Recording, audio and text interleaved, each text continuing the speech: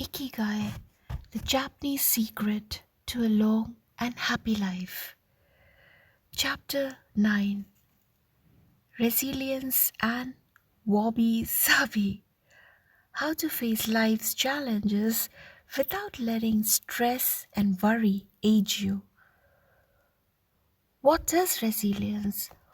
One thing that everyone with a clearly defined ikigai has in common is that they pursue their passion no matter what. They never give up even when the cards seem stacked against them or they face one hurdle after another. We are talking about resilience, a concept that has become influential among psychologists. But resilience isn't just the ability to persevere.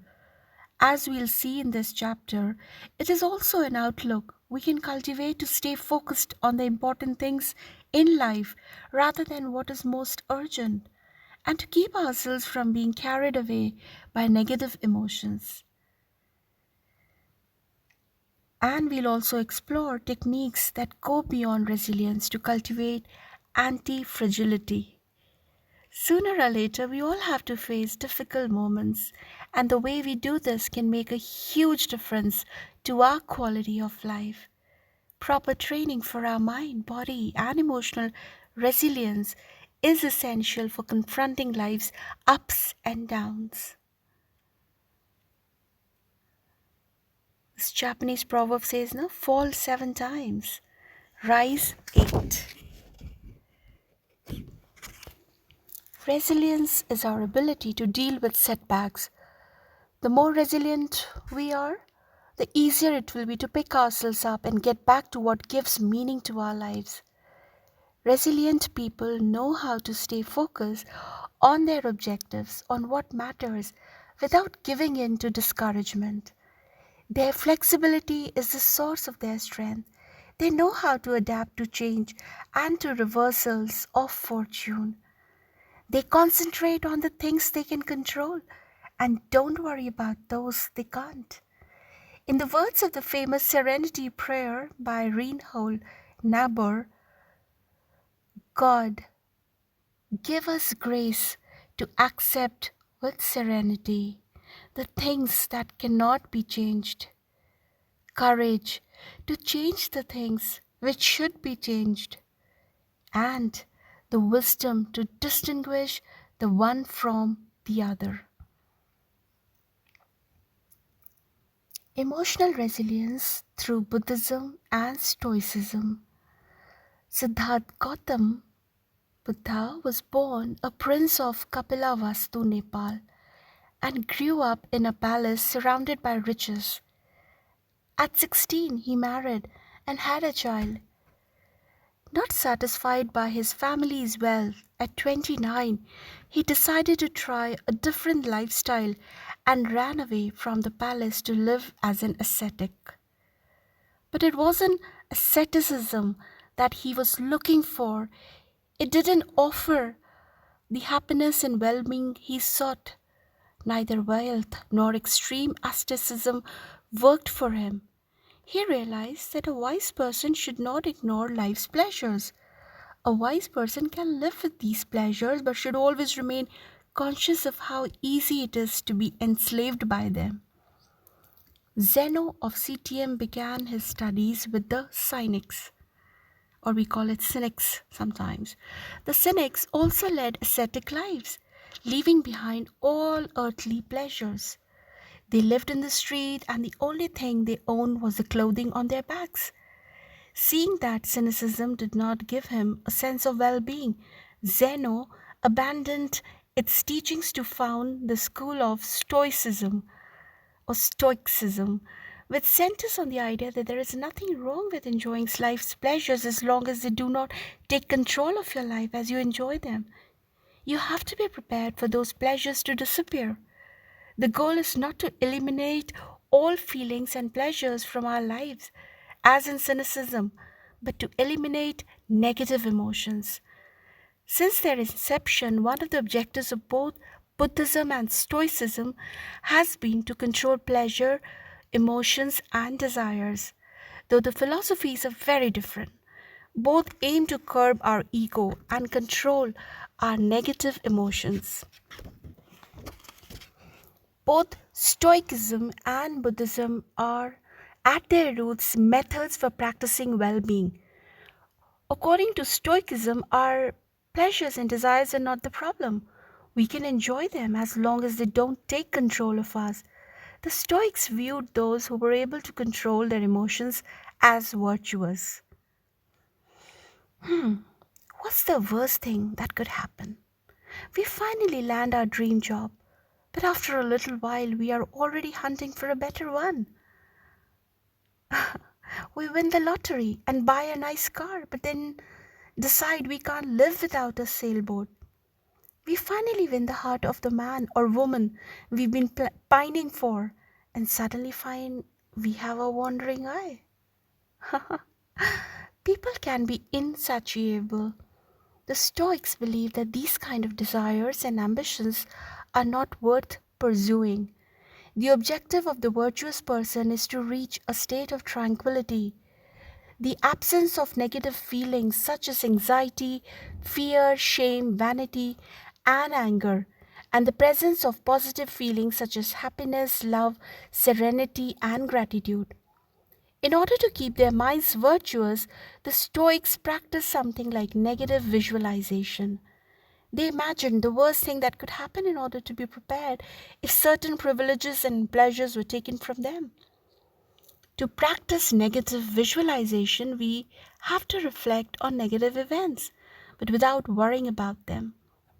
Seneca, one of the richest men in ancient Rome, lived a life of luxury but was nonetheless an active Stoic.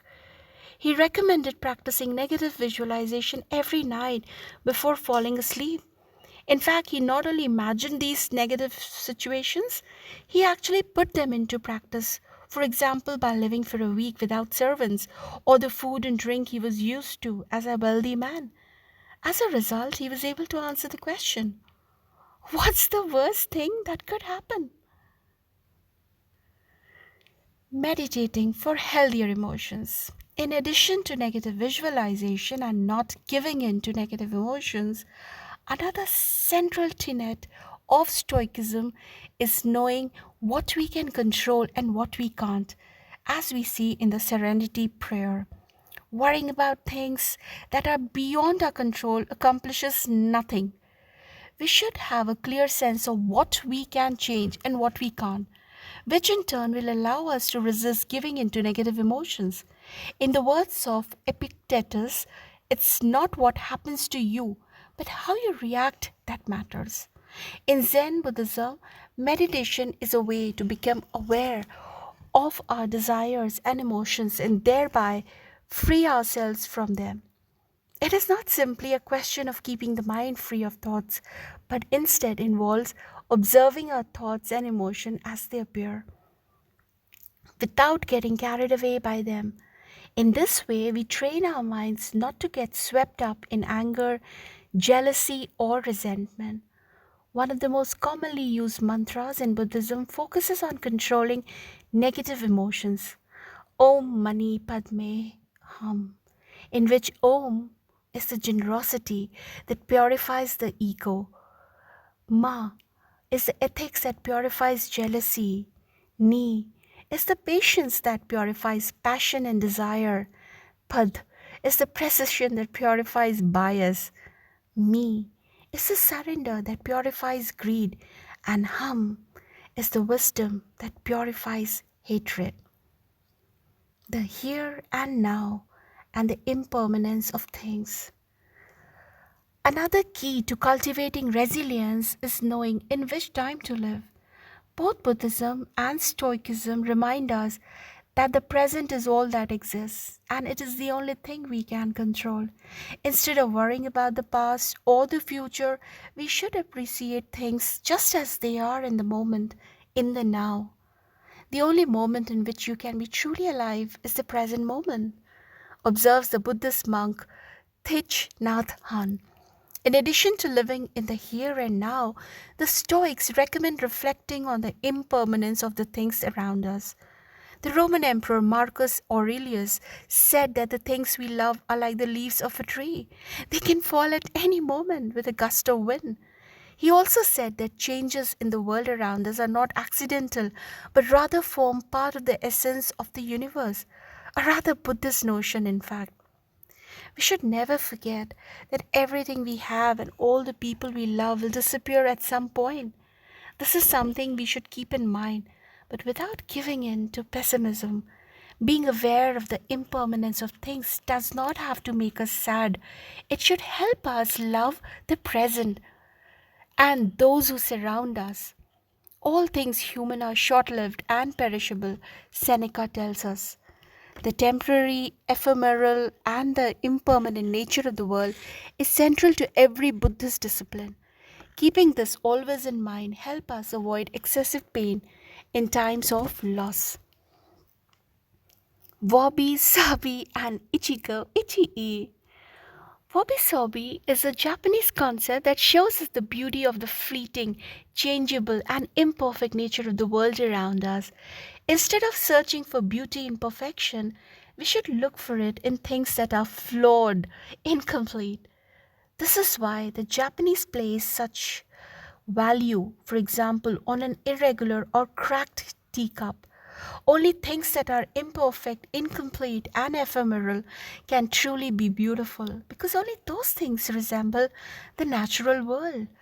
A complementary Japanese concept is that of ichigo, ichii, which could be translated as this moment exists only now and won't come again. It is heard most often in social gatherings as a reminder that each encounter, whether with friends, family, or strangers, is unique and will never be repeated, meaning that we should enjoy the moment and not lose ourselves in worries about the past or the future.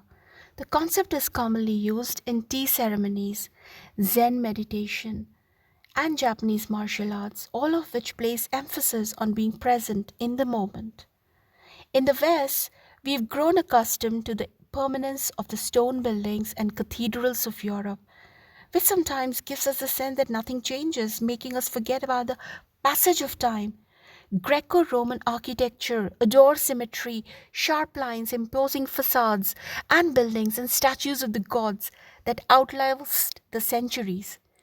Japanese architecture, on the other hand, doesn't try to be imposing or perfect because it is built in the spirit of wabi sabi. The tradition of making structures out of wood presupposes their impermanence and the need for future generations to rebuild them. Japanese culture accepts the fleeting nature of the human being and everything we create. The grand shrine of Issei, for example, has been rebuilt every 20 years for centuries. The most important thing is not to keep the building standing for generations, but to preserve customs and traditions. Things that can withstand the passage of time better than structures made by human hands.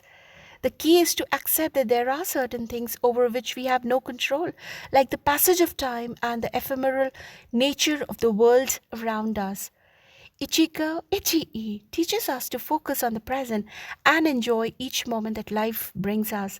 This is why it is so important to find and pursue our ikigi or ikigai. Wabi Sabi teaches us to appreciate the beauty of imperfection as an opportunity for growth.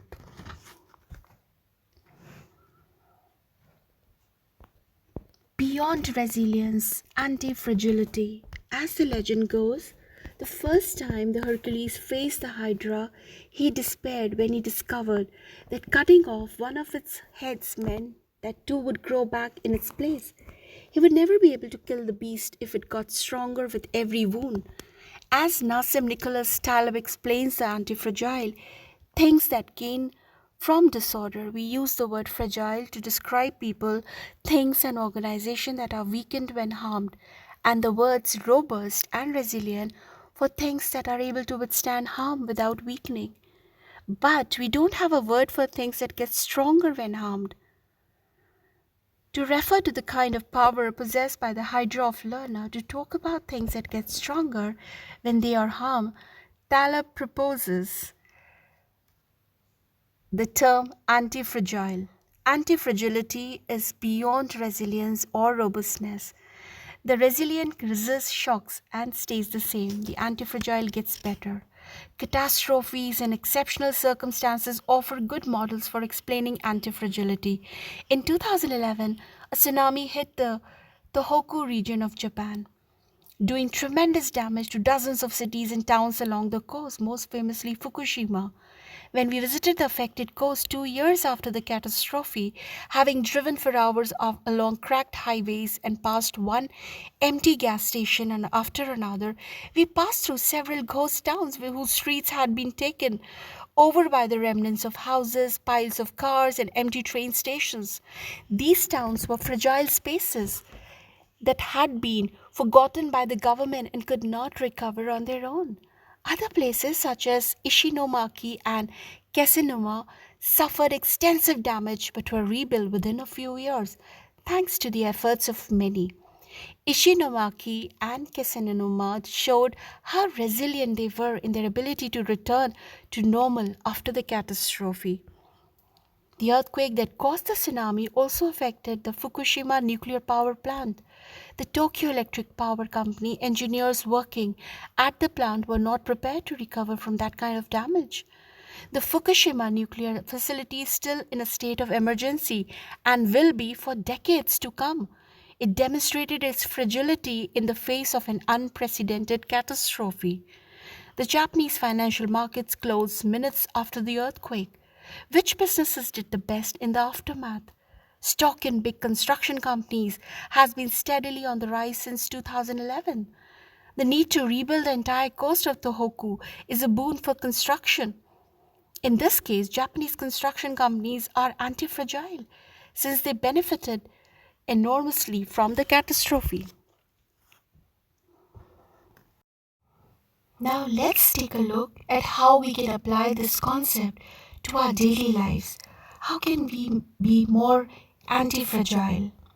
Step 1. Create more options. Instead of having a single salary, try to find a way to make money from your hobbies or at other jobs or by starting your own business. If you have only one salary, you might be left with nothing should your employer run into trouble, leaving you in a position of fragility. On the other hand, if you have several options and you lose your primary job, it might just happen that you end up dedicating more time to your secondary job and maybe even make more money at it. You would have beaten that stroke of bad luck and would be, in that case, anti fragile. 100% of the seniors we interviewed in Ogaimi had a primary and a secondary occupation. Most of them kept a vegetable garden as a secondary job and sold their produce at the local market. The same idea goes for friendships and personal interests. It's just a matter, as the saying goes, of not putting all your eggs in one basket. In the sphere of romantic relationships, there are those who focus all their energy on their partner and make him or her their whole world. Those people lose everything if the relationship doesn't work out. Whereas if they've cultivated strong friendships and a full life along the way, they'll be in a better position to move on at the end of a relationship. They'll be anti fragile. Right now, you might be thinking, I don't need more than one salary, and I'm happy with the friends I've always had. Why should I add anything new? It might seem like a waste of time to add variation to our lives, because extraordinary things don't ordinarily happen. We slip into a comfort zone, but the unexpected always happens sooner or later. Step 2. Bet conservatively in certain areas and take many small risks in others. The world of finance turns out to be very useful in explaining this concept. If you have $10,000 saved up, you might put $9,000 of that into an index fund or a fixed term deposit and invest the remaining $1,000 in 10 startups with huge growth potential, say $100 in each. One possible scenario is that 3 of the companies fail and you lose $300. The value of 3 other companies goes down, you lose another $100 or $200. The value of 3 goes up, you make $100 or $200. And the value of one of the startups increases 20-fold. You make nearly $2,000 or maybe even more. You still make money even if 3 of the businesses go completely belly up. You've benefited from the damage, just like the Hydra. The key to becoming anti-fragile is taking on small risks that might lead to great reward, without exposing ourselves to dangers that might sink us, such as investing $10,000 in a fund of questionable reputation that we saw advertised in the newspaper. Step 3. Get rid of the things that make you fragile. We're taking the negative route for this exercise. Ask yourself, what makes me fragile? Certain people, things, and habits generate losses for us and make us vulnerable. Who and what are they? When we make our New Year's resolutions, we tend to emphasize adding new challenges to our lives. It's great to have this kind of objective, but setting good riddance goals can have an even bigger impact. For example, stop snacking between meals. Eat sweets only once a week. Gradually pay off all debt. Avoid spending time with toxic people. Avoid spending time doing things we don't enjoy simply because we feel obligated to do them. Spend no more than 20 minutes on Facebook per day.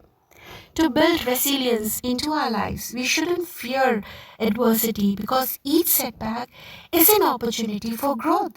If we adopt an anti-fragile attitude, we'll find a way to get stronger with every blow, refining our lifestyle and staying focused on our ikigai. Taking a hit or two can be viewed as either a misfortune or an experience that we can apply to all areas of our lives. So we continually make corrections and set new and better goals. As Taleb writes in Anti-Fragile, we need randomness, mess, adventures, uncertainty, self-discovery, hear traumatic episodes, all these things that make life worth living. We encourage those interested in the concept of anti-fragility to read Nassim Nicholas Taleb's Anti-Fragile. Life is pure imperfection, as the philosophy of Wabi Sabi teaches us, and the passage of time shows us that everything is fleeting. But if you have a clear sense of your ikigai, each moment will hold so many possibilities that it will seem almost like an eternity. Thank you so much, and that is the end of the book Ikigai. Discover your ikigai. Thank you.